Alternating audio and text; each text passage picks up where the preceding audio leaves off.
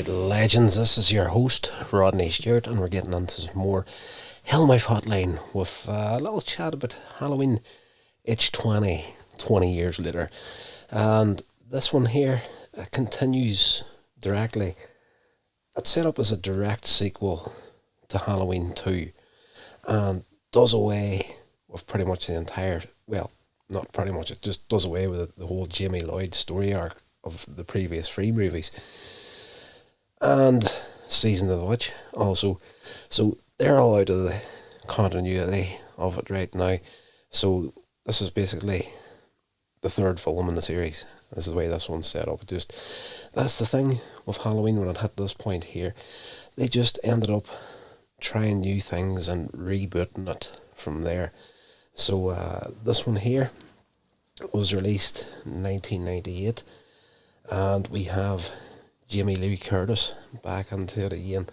Nice to see her having a bit more to do instead of just running around screaming for the most of the movie. Although there is parts where she's on the back foot with Michael, but she makes a stand with him in this one, so it was good to see.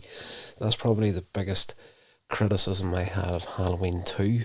You know, I did say in the review on the podcast here for that movie, like, it was just, the only thing I was really disappointed in was the fact that they made a follow-up to Halloween and she just did exactly the same thing over again, more or less. So it was good to see a bit more happening in this one. But yeah, it was, by box office standards, it was a success, I would reckon. Had a budget of $17 million, and at the box office it brought in $75 million. So, you know, these movies at a certain point are just, you know, popcorn for the brain, and if you're into them, you're going to go and see them, whether they're going to be a hit movie or not. It's just a Halloween horror flick, and just tasty stuff, really, at the end of the day. And this one, of course, October 29th, 1998. Michael Myers breaks into a house that belongs to Marion Chambers, who took care of Dr. Loomis until he died. Of course, you know, in the last movie, it was dedicated to his memory.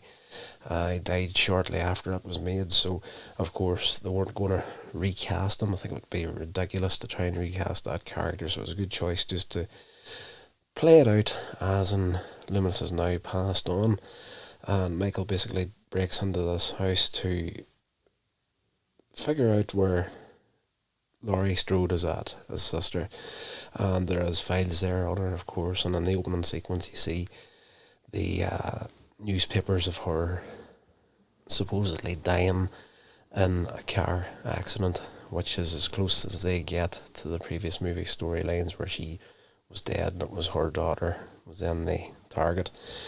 But it turns out that this was all a ruse, essentially. She faked her own death in the hopes that she could get away from Michael Myers, and this is basically the setup to the movie. But yeah, in Summer Glen, California, Laurie, she lives under an assumed name, Carrie Tate. She's the headmistress of Hillcrest Academy. It's a private boarding school. And she's pretty much supported by her secretary, Norma Watson, and the Hillcrest guidance counsellor, Will Brennan, who she's also in a relationship with. But Laurie is far from happy, as what happened during 78 still haunts her. She still has the nightmares and whatnot, and she lives in fear that Michael might return one day. Like, this is heading for 20 years since that happened. Yeah, so it's, you know, there's no time limit to trauma. You know, this could follow you for a lifetime, and this is exactly what's happening to her in this movie. Yeah. There's a woman and her daughter stop at a rest stop. Michael has left, he's heading off, he knows where she's at. They stop to use the restroom, and the girl hears someone out in the bathroom, and yes, she thinks that her kid has been killed. Well, as the viewer, that's what you're expecting to happen. That's obviously Michael has turned up, but he steals their wheels and leaves them stranded. That's the last you see of them in the movie. Back at the campus, all the students there, they're leaving to go on a trip to Yosemite, and there's a whole thing where Laurie is trying to get her son to go with them. He wants to go, but she doesn't want him to go. And there's a whole thing. She's overprotective of her son, and he's just like, "Mom, you're going to have to get over this here. It's almost been 20 years now since all that stuff happened. You need to loosen up your grip on me. I'm going insane here." So eventually, after him making plans with his friends, he's going to stay on campus, or he has to stay on campus, so the rest of them change their plans so they get kicked off the trip to stay on campus with him. But Laurie then comes back to him and is like, thought it over. You're right, you can go on the trip. So as far as she's concerned, he left in the bus, but he didn't. He stayed there so he could get it on with a girlfriend, as you do back in those days.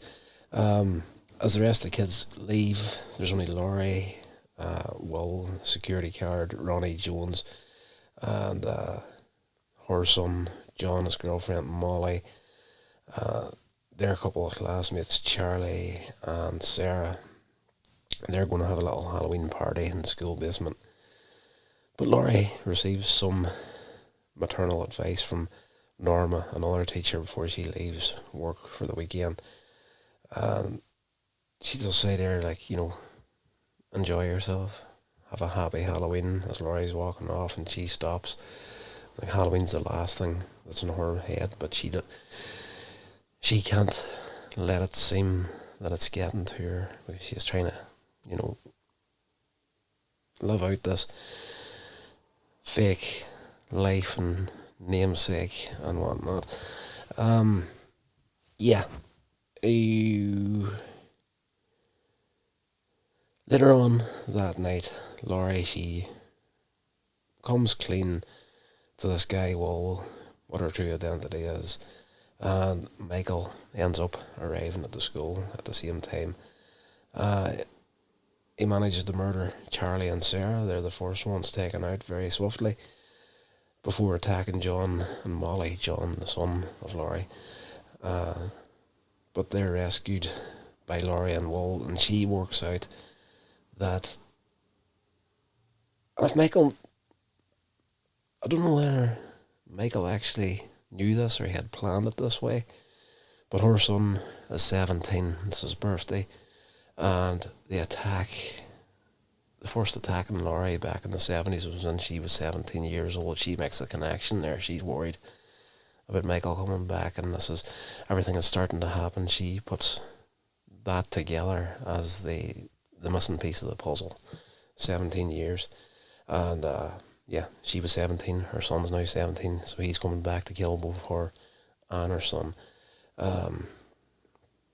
So Laurie and Will, the boyfriend, they managed to rescue, not Laurie, Michael and Laurie managed to rescue Laurie and Will, and they end up coming face to face for the first time in 20 years. Laurie is one side of the door, a wee bit of glass in the frame, and Michael's on the other side. Will, he accidentally shoots Ronnie at one point, thinking that it's Michael, and the security guard, and this is the one guy in the entire movie you're thinking to yourself, I don't want this guy killed, he is class. You think he's dead, but spoilers, he's not.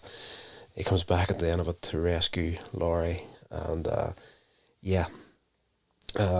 Michael pops out after he shoots the security guard and stabs him in the back and lifts his body up in the air in one of those classic horror moments. Laurie manages then to get John, the son, the girlfriend Molly, to safety, and realising that she'll never be safe from Michael as long as he's alive, decides finally to confront him head on.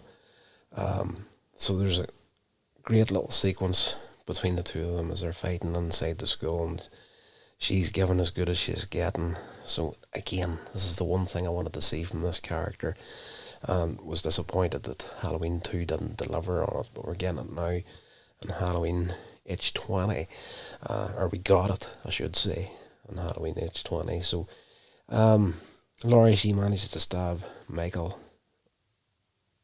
tons of times, pushes him over a balcony, and as she goes on to go at him again, give him another stab, Ronnie, the security guard who survived the shooting, he stops her, and then it cuts from that there, this guy's dead, leave him alone, and trails her away from him. And then we cut to the clean-up, essentially, with, the police and everything arriving. Michael, he's loaded into the coroner's van. But Laurie, knowing that Michael is still alive, she's up on her. By this stage, she's up on the whole, you only think this guy's dead. As soon as you try to walk away from him, he's going to pop up again. So she's ready for the standard horror trope of no, I'm not dead, I'm coming for you one more time. So she pulls a gun from one of the policemen, holds it in everybody, and she jumps into the van and tears out of the school. The run, she's on the run in this coroner's van. Michael, he's in the body bag in the back, and of course you start to see the bag starting to move, and he manages to get his way out and goes for one more time in the van. She slams on the brakes, sending Michael out through the windscreen, lands in the street in front of her, and she's just waiting for him to get up again. Of course he does, he gets up again. She hits the gas, drives the van onto him, over the side of a cliff, essentially, and the van rolls down, both of them's in there. She gets thrown clear of the van. Then she discovers that Michael's body has been pinned between the van and a tree. And there's a little moment at the end of the movie where you kind of feel a little bit of sympathy for the character of Michael Myers, because she's standing in front of him, and she's lifted an axe just to have there, because this is Michael Myers, he's going to pop up one more time. And he does. He wakes up and he holds a hand out to her as if, help me, sort of a thing. And for a second there, you get this little moment that's just there, no more, where she's almost starting to feel a little bit of sympathy for her brother. But then she picks up the axe and decapitates the man, and we cut the credits. So that is probably, I was just going to say that's as, how's he going to come back from this? He's been decapitated this time.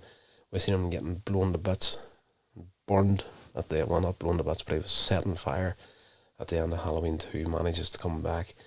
This one here is probably the first time in the series where you think to yourself, okay, like his head's no longer attached to his body, how the heck's he going to come back from this here? But there is another movie called Halloween Resurrection that came out after this one a couple of years later, and I'm pretty damn sure that's one I do know for a fact I haven't seen at this point.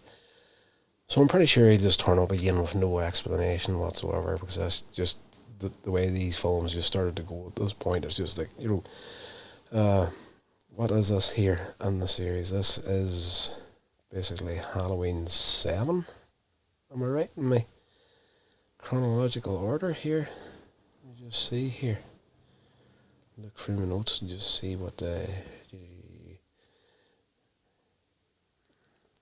yeah, I think 4. Okay, there's a trilogy with Jamie Lloyd. That's out. There was Halloween Season of the Witch was before that. Alright, that's 4, 5, 6. This is 7. So at this stage, as I said, they're just starting to reboot and get on. And a direct sequel to this one here. Continuity is right out the window at this point, and you're just not going to be surprised at anything they actually do from here on in. But, this movie here, apparently it came out to mixed reviews by the critics. The film received mixed to negative. But it did gross 75 million worldwide. A budget 17 million. So you know that there was going to greenlight a sequel no matter what was going to happen. So yeah, 4 years after this one was released, we got Halloween Resurrection. So we'll be doing that next Friday, and that's going to do it for this episode, guys. And I do have to apologise that it is a couple of days late. I had a couple of things on the cards over the weekend, and turned out to be a complete waste of time. So I should have been sitting in my ass here recording podcasts for you guys, because it was just, there's a few plans to want to get into it, but didn't pan out the way it was supposed to pan out, and it is what it is. But that's going to do it for this review, guys. We'll be back on the schedule and this coming week, and you'll be getting your free episodes as normal on the days that they're due out, and hopefully at the time they're due out. So that's going to do it. Written review the show. Check out the website, coinsagemedia.com, and if you want to get in contact with the show, Hellmouth Hotline @gmail.com. I appreciate it, guys. All 6 or 7 of you that listen to these podcasts, you're absolute legends, and I will talk to you in the next episode. This has been a production of Coins Age Media. Thank you so much for listening.